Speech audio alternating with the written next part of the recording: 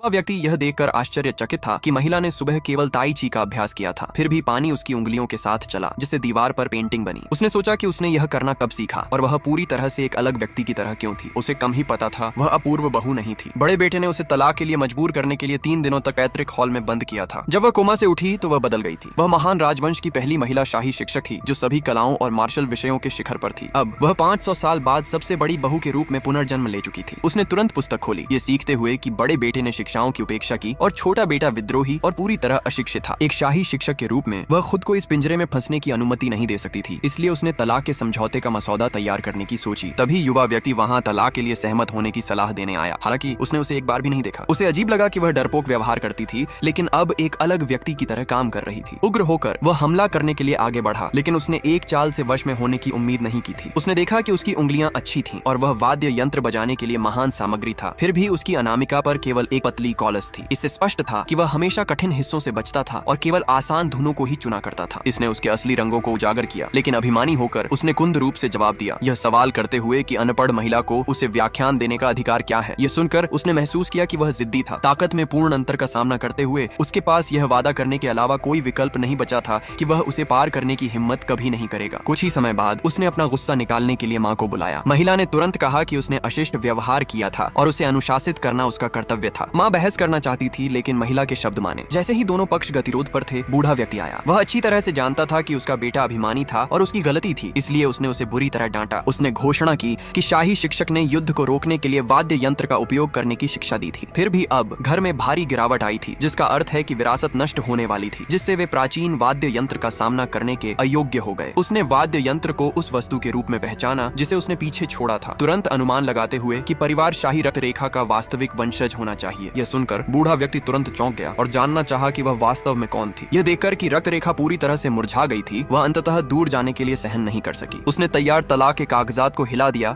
और कटे हुए टुकड़े आकाश में फड़फड़ा गए, क्योंकि उसने अपना शीर्षक धारण करने की कसम खाई, परिवार की महान परंपराओं को पुनर्जीवित करने के लिए सब कुछ करने और दुनिया में भावना प्रकट करने की ठानी। लेकिन युवा व्यक्ति दुखी था, इस बात पर जोर देते हुए कि वह केवल भव्य रूप से बोलती थी, क्योंकि वह तलाक नहीं चाहती थी। उसने कुंद रूप से बताया कि उसने परिवार में शादी करने के लिए गुप्त साधनों का इस्तेमाल किया था। उसने सवाल किया कि इतने दुष्ट इरादों वाली महिला धार्मिकता के बारे में कैसे बात कर सकती है। उसने एक कठिन गीत से दिल साबित किया। अचानक स्ट्रिंग टूटने से युवा व्यक्ति को दोष खोजने का मौका मिला, लेकिन प्राचीन यंत्र अविनाशी था, इसलिए वह नकली था। महिला ने यंत्र थपथपाया और वह पुनर्जन्म लेता दिखा। बूढ़े व्यक्ति ने नियमावली जांची और पाया कि भविष्यवाणी उसी महिला से जुड़ी थी। उसने कहा कि छोटा बेटा बुद्धिमान था, लेकिन बिगड़ गया था, जिससे प्रसिद्ध शिक्षक असहाय थे। महिला ने गारंटी दी कि वह उसे सुधार देगी। जब उसने यंत्र बजाया तो युवा व्यक्ति यह जानकर हैरान था कि उसके हाथों से उत्पन्न स्वर बिल्कुल स्वर्गीय थे।